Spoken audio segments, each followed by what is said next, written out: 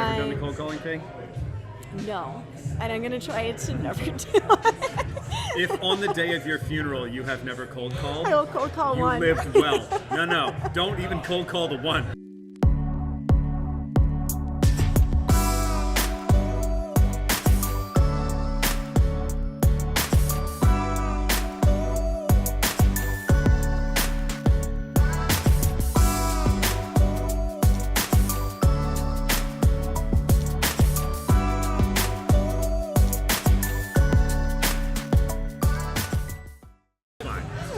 I just looked in the mirror and I was like, well, if I look rough, and I was like sitting on the couch just chilling all day. It's Sunday. We're talking real estate and drinking beers. It's fine. So anyway, guys, welcome back with another episode of Beers and Stories. I am Darwin. This is Lexy. Lexy, tell everybody I said hi. Hi. So I guess just start out. Let's get a little bit of background with you. You are a real estate agent here in the Phoenix area. Yes.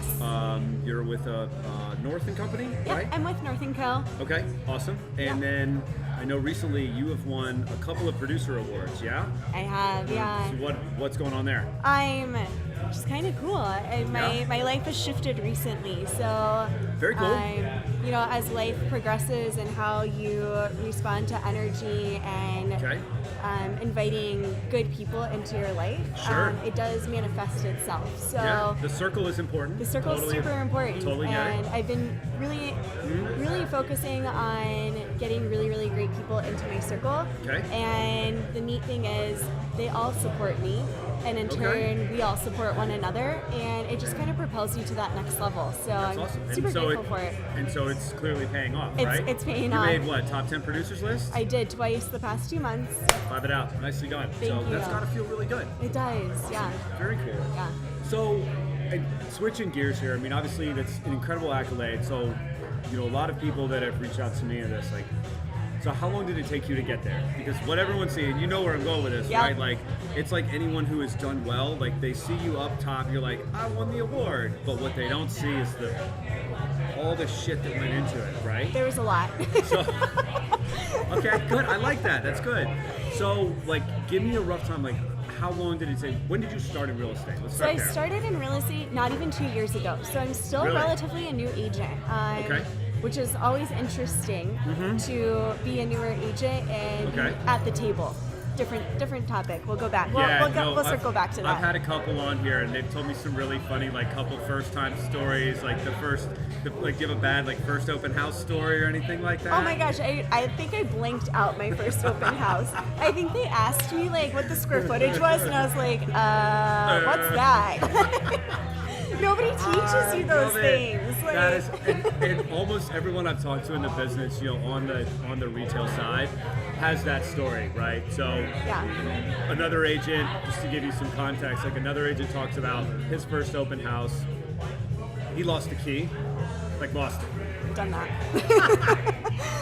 If you want to know everything, I've locked myself out of houses. I've had to have the listing agent come let me in. Oh, no. I accidentally locked my phone in the house. Isn't that how you open the box? It is. So that was interesting. Yeah, let me tell you, I have had the stories. It's a hustle. It totally is. And I looked at one point to get my license and just said, no, forget it. It's not going to happen. I've bent the rules a little too much, so it's not going to work. So you're 2 years into the game, right? Not even 2 years. So tell me, what prompted you to get into real estate? What were you doing beforehand? I was a dental hygienist for over a decade. Really? I cleaned teeth for over a decade. No kidding. Yeah. And then what? You just woke up one day and said, I don't want to pick plaque off people's teeth? I actually loved my patient care. I absolutely loved working with patients. I love being able to educate patients. Dentistry in Arizona is very much business and dollar signs, as opposed to creating education and value for patients and doing what they need instead of what you want to get paid for. And so in Arizona, there are a lot of dentists that I did work for that I just didn't align with their business model. Forcing things on patients that they didn't actually need. It didn't resonate with my core. It's sales. Yeah, and this is interesting because that is sales, and what am I? Yeah. I'm a saleswoman, right? You're in sales now, by the way. Yeah, P.S. But hope they gave you that memo. it didn't resonate with me to force things on people who didn't know any better. Okay. I would just say yes. Gotcha. So, So then what drew you from that industry into real estate? my husband at the time and I had just gotten married. We were ready to look for our first house. Okay. One of the girls from CrossFit was a real estate agent, and Gotcha. so she took us out to look at houses. Okay. And we spent a lot of time together, and Nice. we became super, super, super good friends. Okay. And from that, I remember she turned to me one day and she's like, you know, you'd be good at this.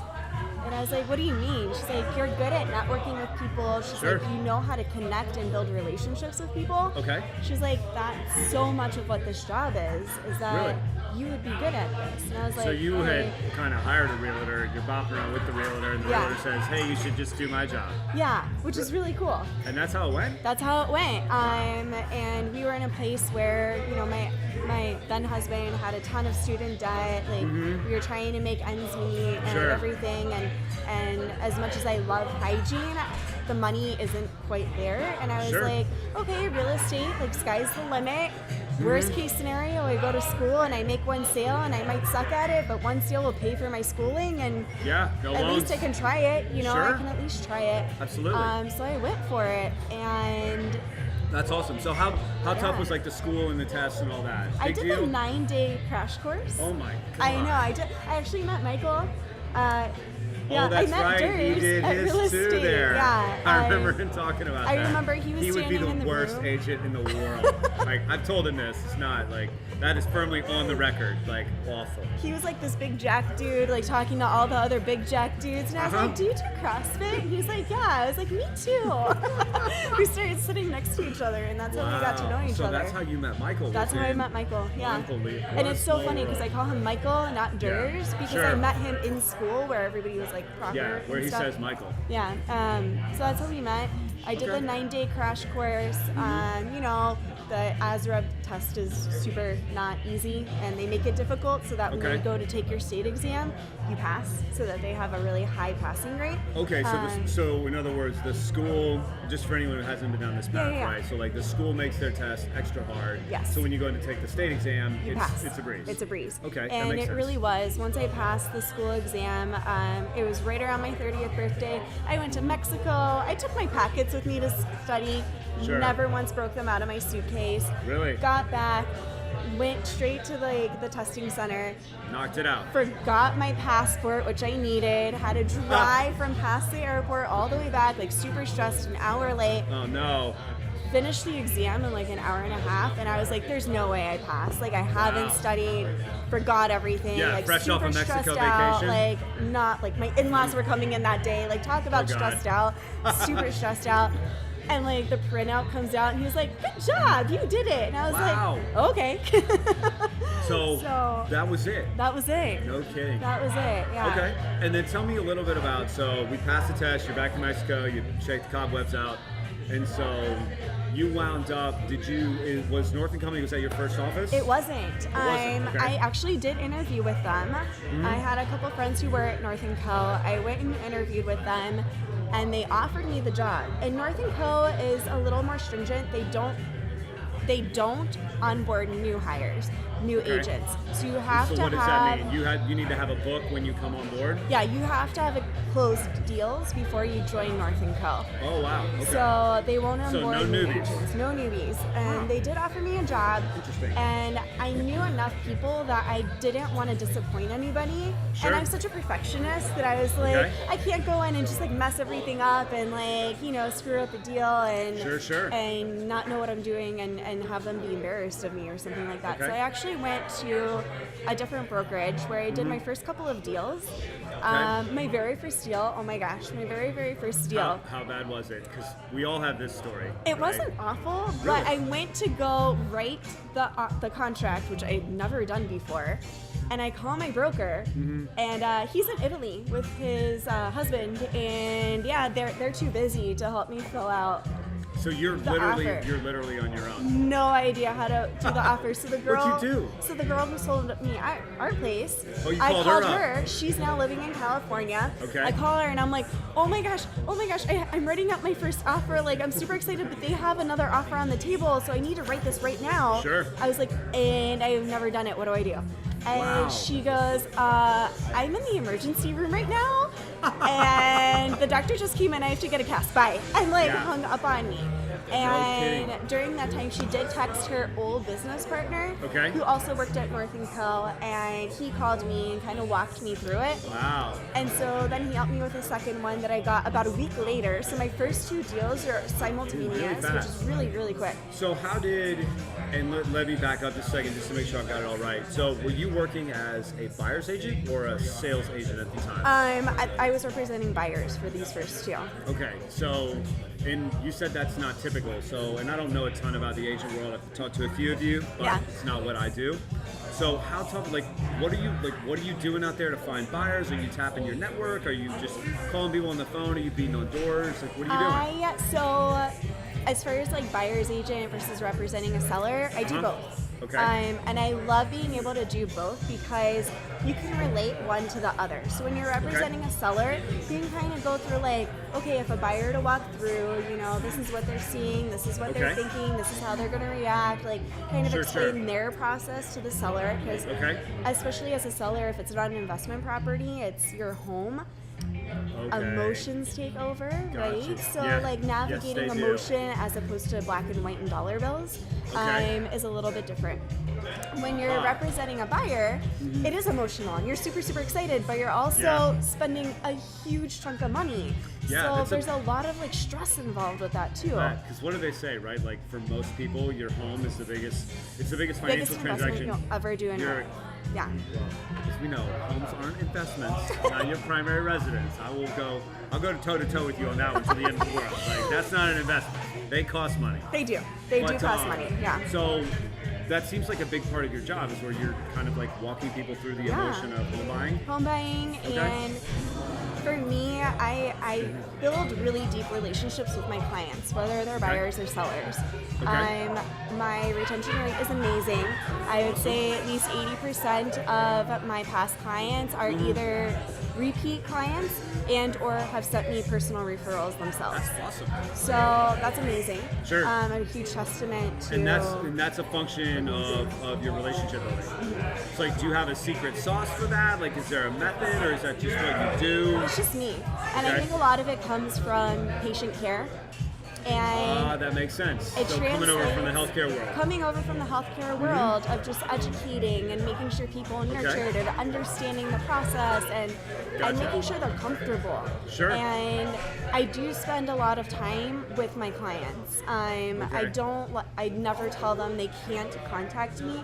I am always available for That them. sounds exhausting. That being said, I'm Yeah. really, really lucky because the people that I attract have boundaries as well. And Sure. so they're like, oh, you're on They're- vacation, they're or not oh, calling it's you at Sunday 10 morning. p.m. No, they're Gotcha. like, oh, don't worry about it, we'll talk tomorrow, we'll Okay. talk when you're back, or whatever, which is really, really cool. And Mm-hmm. I strongly believe that in like attracts like. Yeah. And especially when you're getting referrals from people you already know that you like, Sure. they're swimming in circles with people that are Yeah. similar to them as No, well. that makes sense. I mean, you know, what do they say? Like, energy begets energy, or whatever you want to call it. I'm not super up on the woo-woo part of it, but I mean, it does, like, you know, you put out and you attract a certain thing, and Yeah. it works. So Yeah. that is very cool. So first couple deals, then you're moving back, and so when did you make the decision to come back to where you are now, to North and Crawford? So I was already getting guidance from the agent at North & Co. Oh, that's right, your first deal. And okay. so he was like, just come back to North & Co. Come work with me. I'll Sure. help you through your deals, like Okay. all that kind of stuff. So I made Very the move cool. to go back over to North & Co. Or go to North & Co. I hadn't been there yet. Okay. And I was welcomed with open arms. And North & Co. is an amazing brokerage. It's Yeah. unlike Good people, other good work brokerages. environment, all that stuff. Phenomenal. It's awesome. everybody's an open book. So anything that Okay. somebody has that's working for them or Sure. knowledge that they have, they are super excited to share and grow other agents as well. That's awesome. Because And the you don't get wholesale that. world, where I spent a lot of my professional career, some people are like that. Some people are very not. Yeah. Like, it's very like closed off. Like, hey, this is my secret. Don't share it with anybody else. Yeah. Which I don't know. Like, I find it kind of silly, but I mean, like, if there's a secret sauce that's totally working for you, like, and it's easy to tap into, sure. I get it. You don't want everybody tapping into that, like, easy secret sauce, but for most of us, we're all so different that something that may work for you may not, like, you and I probably don't work the same way. No, I can guarantee you we don't. We don't work the same way. I walk into deals with like a baseball bat. And like, I walk into deals with hugs and high fives. Yeah, So well, I do that first, different. but when it comes down to the money, I'm like, I take no prisoners. Yeah. I'm nice about it, but I take no prisoners. Yeah. So, very cool. So, you moved back over to North. Yeah. You're doing really well. So, give me the 30-second version of like newbie agent calling her friend in the ER, like doesn't know how to fill out paperwork, to top 10 team. Like, can you summarize that journey? Like, and you can, I mean, even as simple as something like I work my ass off, right? I mean, part of it is that, because I do. The other part is I let go, and you might have to edit this for my mom because she totally wants to listen to this at one point. Oh, boy. But I okay, let go of the negative shit. Okay. I dropped it, and in a way, who you surround yourself by totally matters. Because if you surround yourself with people who are negative, who make you small, sure, it makes you small.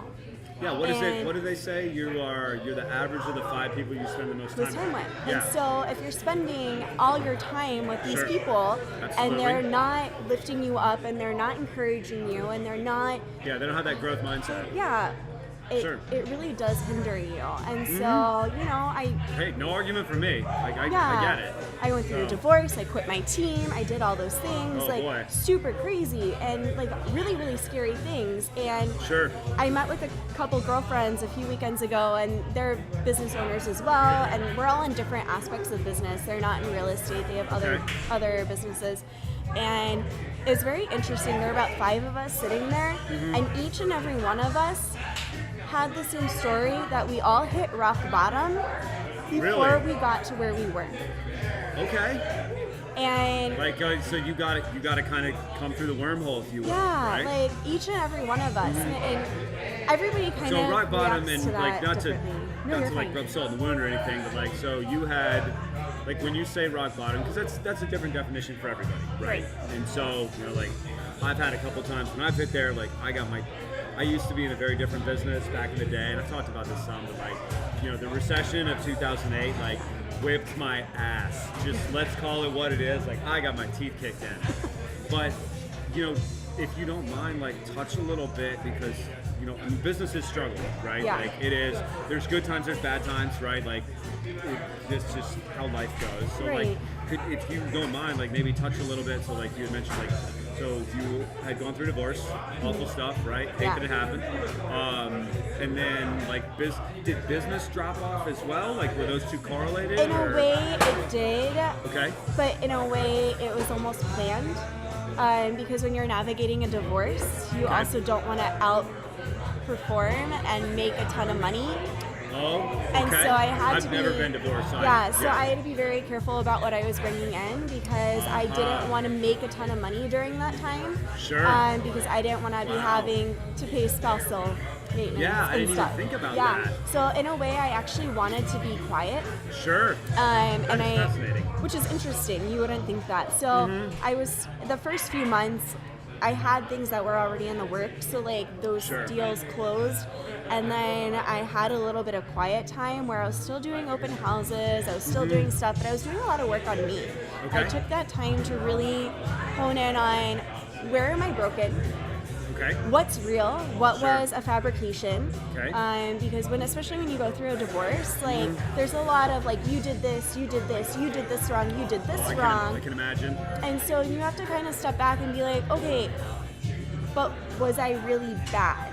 Or was that truth in reality, or was that just perception and their view of the world, and not necessarily my truth, but their truth? Sure. So I did a lot of soul searching in those first few months right after.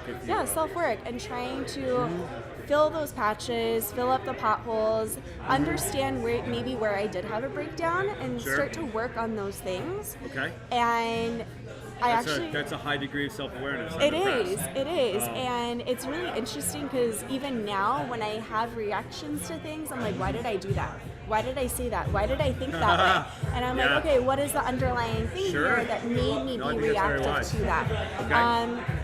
And none of us are perfect, and that's okay too. And just being okay to be like, okay, I embrace the fact that maybe I might be reactive in these situations. Sure. So when I'm working with a client or working with somebody else, like I know I need to take a step back, take a deep breath, look at the situation in a different way, and then approach it with a solution instead of just reactivity. So yes, very that skill takes some time to develop. It's very interesting. Yeah, you gotta ease off your hair trigger habits. So I can totally relate. I think as women we're a little bit different too. Like we have a little bit more of like, okay, you get your spiel out. Sure. Okay, here's reality.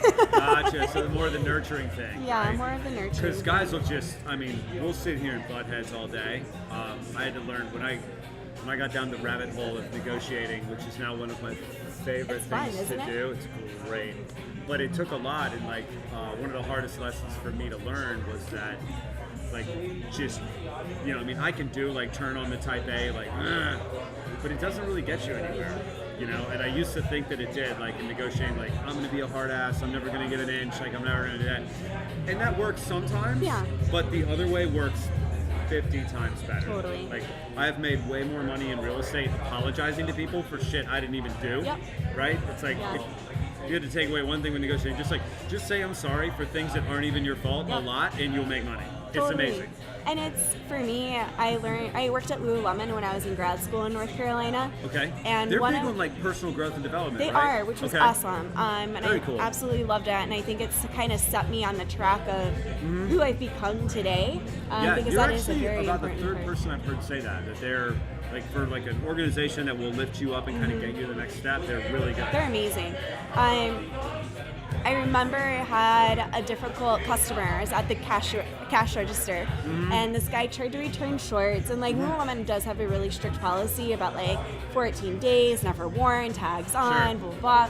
Tags were off, worn 2 months ago, all that kind of stuff. Yeah, not gonna happen. And this dude's just ripping into me, and I'm pretty emotional, especially when I was in my mid to early 20s. I mean, I was just trying to wring out clothes, man. Headlights. Yeah, dude, I don't get paid enough to get screamed at. I'm I don't know what you want. And I remember they coached me. They were like, what could you have done different? And I was like, well, he didn't want them anymore, and I didn't know why. And I tried to explain. They were like, did you ever ask him what he wanted?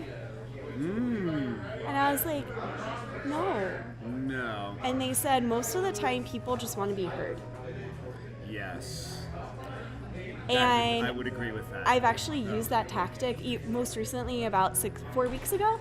I had a client who, there was a little bit of a scuffle around an inspection report and stuff like that. Sure, there always is. Seller wasn't budging, buyer wasn't budging, there's that. And so I just went to my client and I was like, all right, here's the situation. Kind of at a stalemate. They're upset, you're upset. Sure. What do you want me to do? Yeah. And so he went on and on and on and on. I was like, okay, I hear you. You say that you're upset about this. This is why, and X, Y, and Z.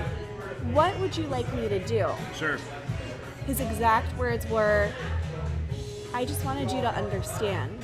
I just wanted you to hear me. And you got the deal done, right? And the deal got done, and everybody's happy. Yeah. So it's very, very interesting that, especially in this world, people I don't mean to cut you off, this always fascinates me. So, in this situation, right, buyer's not budging, seller's not budging, how much money's on the table at that point? What's the difference in money we're talking about? Oh, we're usually talking a few $1,000s.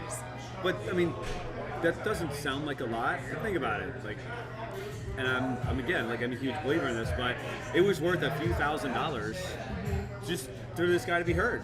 He's like, I just want to be heard. Yeah. And I'll give up thousands of dollars. Yep. What? Crazy. Things I didn't know 5 years ago. Yeah. Right? Boom. Mind blowing. And at the end of the day, it's do you still love it? Do you still want it? Is this truly what's going to make you happy? If it's not going to make you happy, let's walk. Of course. You know what I mean? Like, if this Yeah. isn't it, let's go. Let's go find something else. Okay. I will advocate for you all day long. I tell my clients that all the time. Like, wherever you choose, I will advocate that for you. Sure. I will stand in your corner and I will help you get whatever that is. Do the thing and get it done. But if this is what you truly want, and this is what's going to make you happy, and this is where you see like your children getting married in the backyard, like, Yeah. do you want to walk away over the fact that they're not willing to change the pipe underneath the sink? Yeah. Is that something to really walk away Sure. over? And to kind of step back, because we get into the nitty gritty and people Absolutely. get really, really worked up about small things, and it's like, but Yes, they do. but big picture, is this really what you want to be throwing up fists for? Sure. Or is it something that we can like find another solution to move forward and get what you really want done? So what do you see, and I always love hearing these stories, right? So like inspection reports come in, you know, people are fighting on this. Like, in your experience, like what do people tend to kind of get cross swords about on houses? Like at the end, like you mentioned a pipe under a sink, or like what are, they're probably small, but like what always trips people up? Honestly, it can be anything. So what were the last 3 deals you did? I'm last 3 deals. One was the initial price point. Okay, so in other words, the seller had priced it too high. Seller had priced it. We came in with a certain price, Okay. a little below, Uh-huh. and then they countered back at the initial like list price. Okay. And it had already been sitting on market. Comps didn't support that price point, and you know, and it's like then the buyers already feel like they're coming in losing, right? So I'm trying to navigate, okay, is this really what you want? Because you're starting off already feeling like you've lost. Or do you want to find another property that has more of what you want and where you feel like you're starting off on the right foot and we're going to be able to come to terms on more things down the road. So I've come to notice that if a transaction like starts off rocky, it usually doesn't end up any better. Yeah, we used to say deals don't get better with age. No, they right? really so don't. like if it's good right at the first, It's going to be good. someone's like, hey, I want to sell, I want to buy, cool, let's figure it out. Yeah. Hey, we got this, you know, da-da-da-da-da-da, you get the deal done. Right. But yeah, that makes sense. Yeah. And so like condition stuff, like do you have to go in, like what types of conditioning? Because I hear this all the time from people, you know, I'm in the rental business, I don't really sell property, I buy them and I rent them out. So like the things that your buyers are looking for, like what sets them off or what makes them want to pull away from a deal, or? I think the biggest thing are the non-negotiables for people are typically roof issues, Okay. especially here in Scottsdale, any kind of cast iron pipe issues, Yes. electrical issues, Okay. and then structural issues. So So those the are big- like so the like the big big ticket ticket. items are Gotcha. the ones that, you know, as we get through the inspection report, if there's a red flag and then the seller's unwilling to remedy that, Sure. it is something that if we were to cancel, they would then have to disclose Oh yeah. afterwards. So I try to talk to cross agents and be like, hey, what we're asking for is super reasonable. If Sure. we don't move forward, like your seller is gonna have to disclose this, and I really don't see another buyer moving forward knowing what we know right now, Sure. where you guys are. So just kind of navigating those waters, having those Yeah. conversations. You're so much nicer about that listening. than I am. Like, I just made it, like one guy didn't want to budge, and so I made a video about it. I'm like, I can either put this on YouTube so it's public knowledge, no. or we can just get this deal done. Like, I'm sorry, man, but this was also investment property, so Yeah. this isn't emotional. This is just like brute business tactics. Totally. But yeah, that was a very diplomatic way to say that. I'm very impressed. Oh, thank you. So I would not have gone about it that way. I'd be like, yeah, that is jacked up, and we got to fix it. Be like, and that's it. The end. I think Well, the last so the- thing is that today in our market right now we're seeing a lot more millennials buying, which is super awesome. Really? I'm Cool. stoked about it because Okay. they're people my age and they're buying their first properties and Sure. they're really excited about it. And I'm an excitable person, so You don't say. You don't say. So I drive really well with other millennials and getting their Okay. first property and helping them through that process and kind Sure. of being a guiding hand. But for a lot of people who are younger, they're not looking for a fixer-upper. They don't have that extra disposable income to take on a fixer-upper. So in other words, they can handle a little bit higher monthly mortgage, but what they can't handle is like writing the big check to the construction guys. Exactly. Okay. So they are looking for more turnkey and more properties that have that aesthetic, like HGTV feel, where they can bring their friends over. Which is so interesting too, because like I remember, you know, I don't know, so my folks, my parents are separated, but they're both in their 60s, right? And they talk about like everyone in their generation, like that's what you bought the cheapest house you could find, where you wanted to live, and then you just knew like after work you were going to be hammering and painting and like doing the thing, right? And it's really funny. I mean, that was, you know, let's call that 2 generations ago. That was like, it's just what everybody did. You didn't like, no one moved into a turnkey house in their 30s that had like granite and stainless. Like it didn't happen that way. But we're all so busy, and life has changed, I think. Sure. We all are really, really, really good at what we know. Okay. So like we're experts in our own field. Sure. So very specialized. In we're very specialized. We like, you know, either do software, or we're nurses, or we're this, or we're that. But when it comes to other things, like how do you fix a running toilet? YouTube. I mean, you do that, or you call a handyman today, right? Sure. And so we're always leaning on other people who are experts in that field. Sure. And I think even like Etsy, right? Like gone are the days of like, we're gonna spend the night crafting. No. You go on Etsy and you just pay somebody $20 to get it done for that. So I really do feel like as millennials, we are leaning more on other people who that is their expertise, and we're just going to trust them. I do it myself. Interesting. So it's kind of cool. I don't do that. But you don't do that, but a lot of people do. No, that's very true. A lot of people do. Maybe it's too many tenants in my life, but I have to just a baseline expectation. It's like, what are you about to screw up that I'm gonna have to fix? That's what I want. And that's when you find really, really good people. Like my handyman, I don't even trust myself to put up like artwork anymore. He does it for me because he's like so good at it and perfect. And then there's me. I just take the nail and like hammer it in anywhere and be like, oh, that looks great. Yeah, it's fine. It's fine. So, and that actually brings up something else I wanted to ask you about. So, at the beginning of this, we had talked about, you know, you had kind of hit the bottom and bounced back. So it seems like a lot of your time and effort and energy right now is devoted to like putting good people in your circle. Yes. Right? So whether that be colleagues, co-workers, significant others, handymen, like whoever it happens to be. Can you like, so I guess my biggest question is like, how do you choose who's a good person or not? Because everyone's got their own metric, but like, how does that work for you? That's actually a like, really good difficult, handyman, bad handyman. Like, how do you tell the difference? Question. For me, I think a lot of it has to align with what my values are. I definitely just drank a bug in my beer. Anyway. Details, protein. Okay. Continue. CrossFit games. I don't think it's on my level.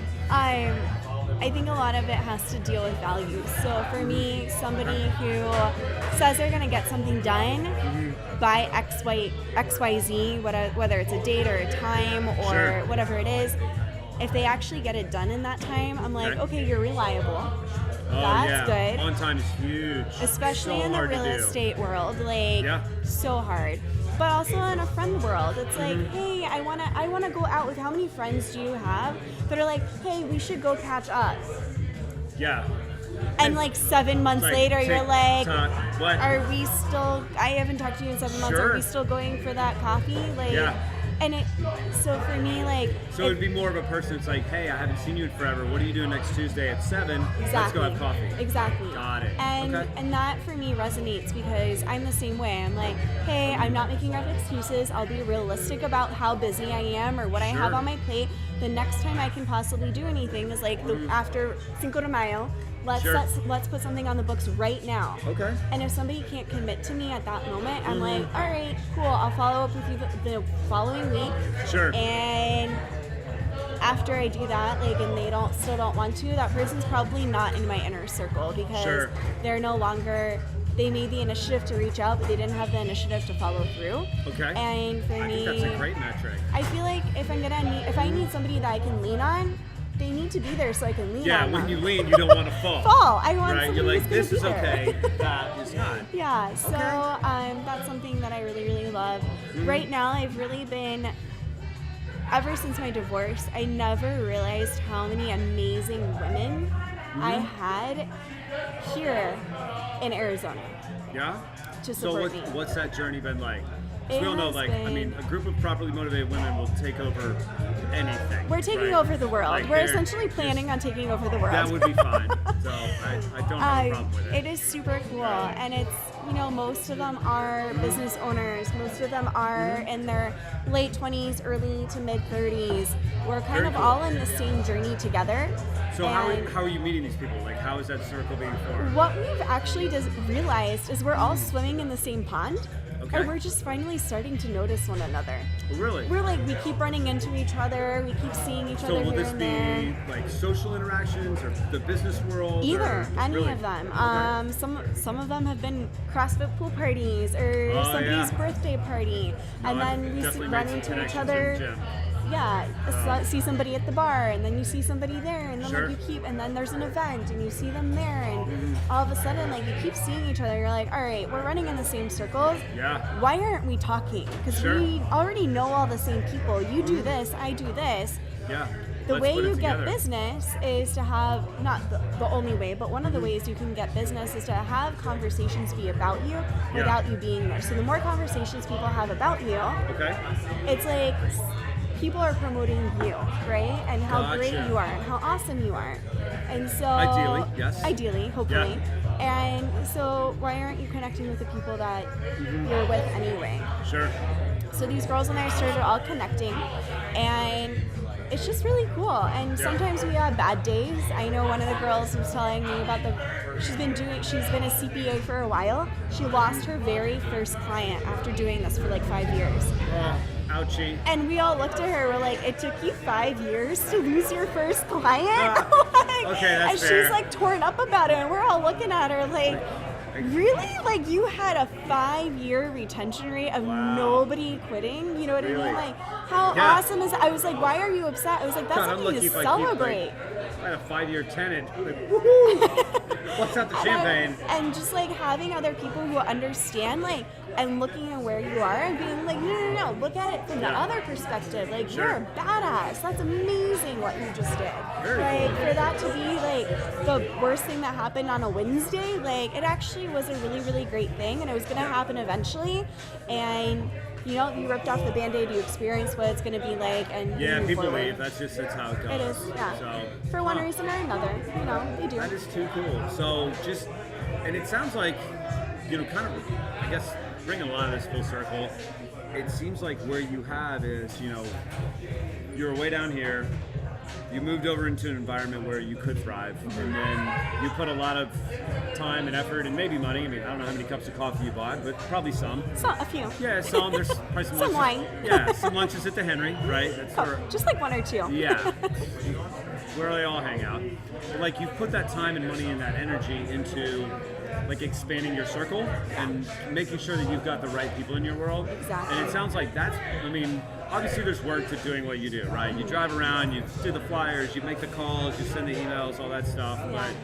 But the repeat business and like the referral business, that seems to be So big. like a byproduct of your hustle in the circle, right? So it's meeting a new person, having another coffee, giving and kind of cultivating those relationships, and then letting it come back. Yeah, and it's nice. super cool. For me, I don't know if you've ever read the book Referral of a Lifetime.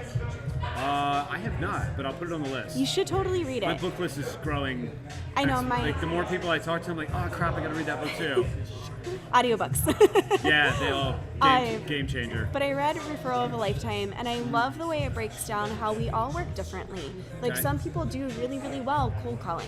Some people just thrive in that environment where they're like, I get to hustle, I get to grind, I get to talk to new people, I get to get deals done like in a really, really fast pace, and that's what they Yeah. love. I did that for a while. And then there are also people who, for like me, who I thrive meeting people face to face. Sure. You ever done the cold calling thing? No, and I'm gonna try to never do it. If on the day of your funeral you have never cold called, I will cold call you one. lived well. No, don't even cold call the one. Cold calling is a little bit like sitting on the couch for 6 months and then climbing in a ring with like a professional fighter. Nice. Yeah. Yeah. No, I'll it's avoid not. that. I'll avoid that. Yeah. So, where I thrive is meeting people face to face. And so whether that's Okay. sphere and network and cultivating relationships, Yep. whether it's a business to business relationship or one that's a personal relationship, Okay. and just knowing, like, as long as people know what you do, and then you have like this background noise, like my social media is my background noise, Okay. where people who follow me and who know me, like they see it, they see my social proof of Yeah. success, right? And that's just Okay. kind of simmering in the background. It's not what I present to people, but it's Okay. like, oh hey, I met Lexy, like blah blah blah, she was awesome. Like they go on my Instagram, and they're like, oh my gosh, like she just goes that $1 million house here, and she just did this, and she just did Yeah. that. Like, cool, that's Love it. awesome. Well, Oh my gosh, success. that's awesome. Yeah. Thank you. So. By the Cheers. way, if you're in the neighborhood, go to Goldwater. By the Cheers. way, business to business or something like that. Yeah, they're really good. Yeah, I try to write this off. They are awesome. But yeah, so meeting people face to face and like Yeah. really cultivating that face to face network seems like it's done probably the most good for you. It Yeah. is. And then open houses would be my second. Again, Really? it's still face to face, Even if you lose the key. even if I lose the key and or lock my phone in the house and then I can't get the key back. You know, it could be worse. So could be worse. another guy I had on this show, was my agent, one of his first open houses, he said he was showing the place and someone came in there and then like literally was touring the house and there were a couple people in. The guy goes in the bathroom, drops just a monster deuce. Nuh-uh. Oh my Destroys God. the place. Absolutely destroys it. And then He has just no leaves. candles And or then air just leaves. freshener. Of course, he's a guy. Like there's not a can of Glade for 100 miles. And he's Oh my standing there God. like, it's like, dude, I had to wait in the house and everyone comes in like, oh God. He's like, it was. I did not. I would like to be It very wasn't clear. me. Not me. Not me. See the guy that signed in? It was him. Yeah. There's no way that's his name, by the way. John Smith. Right. So yeah. Pocahontas with him Yeah, or what? absolutely. Yeah, something like that. Oh, it could always be worse. Could always be worse. Yeah, open houses are awesome though. I love it. Yeah? I love it. Good I times there? I love it. It's I have fun with them. So and I don't know a ton about open houses except I see the signs driving around. Yeah. So they're typically done on the weekends, right? So what do? You stick some signs out, you light some smelly candles in the kitchen, Yeah. and you're hanging out just showing people the house? There's a little bit more that goes behind it, at least for me. Sure. I try to make a social media post. I have Okay. my graphic designer, especially if it's a really, really awesome house. I have her brand it and put it on my Instagram page very so cool. that people, as again, social proof. Lexy's at that $2.7 million house on Lafayette. How cool is that? It's Lafayette. gorgeous. I'll bet it is. But it's like, so you have it there, you have it on Zillow, so people who don't have agents yet are seeing it on Zillow. Gotcha. You have your signs. What do you think about Zillow, by the way? I love this question. You can be honest. No one at Zillow watches this show. I promise. They're Okay, way if too you're busy making. working for Yeah. Zillow, I'm really sorry. They're way too busy making money. I have mixed feelings about Zillow. Okay. I think that at the time they filled a void that was there in the marketplace, creating content or information for consumers Okay. that wasn't readily public and Okay. accessible for Makes people sense. who are thinking on the edge, right? Sure. How many times I don't know if you've ever done this, but like how many times are you thinking about maybe buying something and then you go and then you end up buying it? Well, that depends. Like, if it's a It depends. motorcycle dealership, more often than I care to admit. But it's like, Oh. or even if you're thinking about adopting a puppy, like, and you go to the shelter just to look. That was Yeah. my story. I came home with a dog that day. My best friend Totally just get it. did that. He came home with a dog the other day. It happens. And so, like, you're in this thought process, maybe, maybe not, maybe, maybe not. And then you So- walk in the door because you saw there was an open house of this really cool house down the street. You walk in the door. You're an unrepresented buyer. Okay. You may or may not know the home buying process. And maybe you're new to the area. Maybe you've lived here Sure. forever, whatever it is. But you saw it on Zillow and Okay. you did a little bit of homework on it. You know what the price point is. You know how many bedrooms and bathrooms. You know you're kind of interested in it. And then you get in the door and the agent goes, Are you working with anybody? Sure. Yeah, I am. Cool, what's their name? Right? And how many times do you get that? Like all the time. So I actually changed my conversation. How did you hear about our open house? Ah, I like it. I saw it on Zillow. Cool. Have you been looking on Zillow for a while? Yeah, actually my girlfriend and I have been thinking about buying a house for like 6 months, blah, blah, blah. Nice. Awesome. Like, do you know what steps is this your first time buying a house? Sure. Yeah. Do you know what's involved? Have you ever read the book? It's called "You Can't Teach a Kid to Ride a Bike at a Seminar." It's the worst title ever for the record. That's a pretty bad title. It's really bad. So that book is, for lack of a better word, like my sales Bible. It's written by a guy named David Sandler. He is considered like the Yoda, Zen master, whatever of sales. And the reason I asked you that is because like those type questions, the whole book shifts sales around where it's like, don't push, ask. Right. Just don't push, just ask. And so those type of questions, back when I used to go to an office every day and like train people what to say on the phone, we would say stuff exactly like that. You know, it's not like, hey, you want to buy it? Right. The answer is no. Yeah, don't. If anybody comes up to you and says, hey, will you drink this beer? And you're like, what's wrong with it? Why is it free? Why are you putting this in my face? Did you spit in it? Is it flat? Is it hot? And what's how much wrong is with it, right? And sure. so your automatic reaction to sales in general is no. It just is. Creating a conversation of what kind of value can I bring? What kind of education can I bring? Do we vibe? Sure. I mean, I'm not gonna lie. A couple weeks ago, I was sitting in my own listings open house, and this dude comes in with embroidered whales on his shorts. I haven't seen embroidered whales on shorts since I lived in North Carolina. Yeah, that took me a second. That's an East Coast thing. And so I was like, wait, what are those called? They're like J. Crew seersucker things. Yeah. Man, I haven't seen those in forever. And so I like teased him. I was like, whales on your shorts. Yeah, that's what I said to him. Oh, that's brutal. And he was like, yeah, what of it? I was like, I haven't seen those since I lived in North Carolina. He goes, I'm from Washington, D.C. I'm like, I'm from Pittsburgh. That makes sense. I'm from Pittsburgh. Sure. I'm from the East Coast. Automatic report. Sure. So how do they hear about the open house? Off of Zillow. So do I hate Zillow? In a way I do. Sure. You know, their estimates aren't usually right. No, they're shit. I'll go ahead and say it. They're like all that kind of information that they're providing value. Like there's no replacement for humanness. Like that personal connection. There's something that's invaluable about personal connection. So, is Zillow an asset? Yes. Do I love Zillow? No. Can I hate on Zillow? No, because it still provides value and it provides opportunities as well. Yeah, no, I mean, their data is good. You have to know how to, like, it's a tool. You just have to know how to work it. Anyway, like, I didn't mean for that to take so long. No, you're fine. I love asking people in the business, like, what's your opinion on Zillow? Because it's such a polarizing topic. Yeah.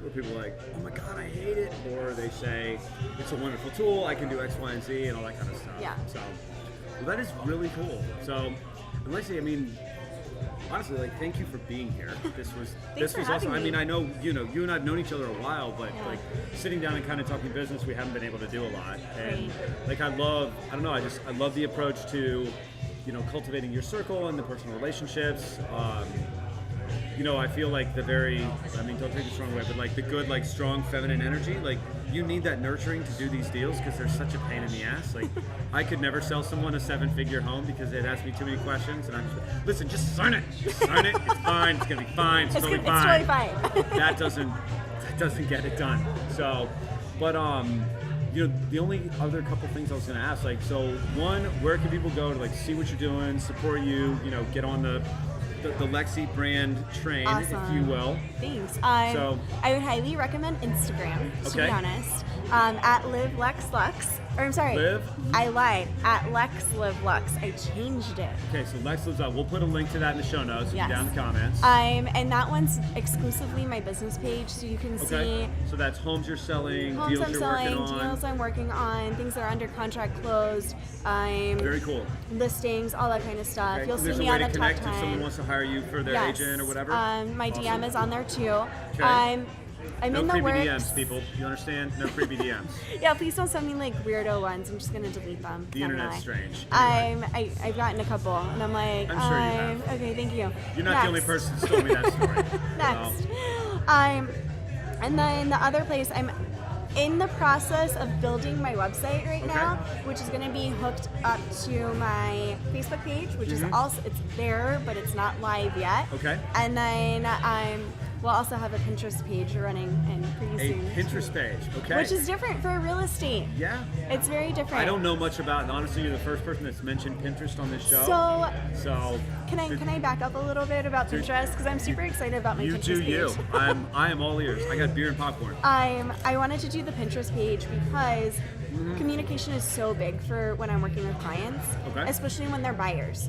Okay. And my favorite conversation is, what kind of style of home do you like? And they're like, mid-century modern. Ooh. And then I show them mid-century modern, and they're like, no, that's not what we meant. And I'm like, then that's not mid-century modern. And so if I can just have them show me, like, pin things to their board. Sure, so you guys can play Pictionary and figure out what they want. Pinterest-ary, whatever it is. But for sure.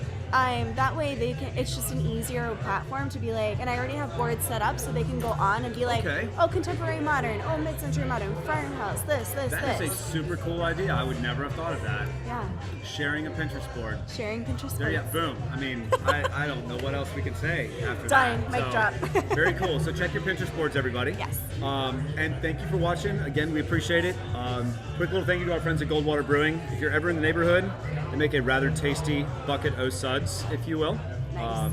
And again, thank you for being here. Thanks for having me. Absolutely. So go check her out.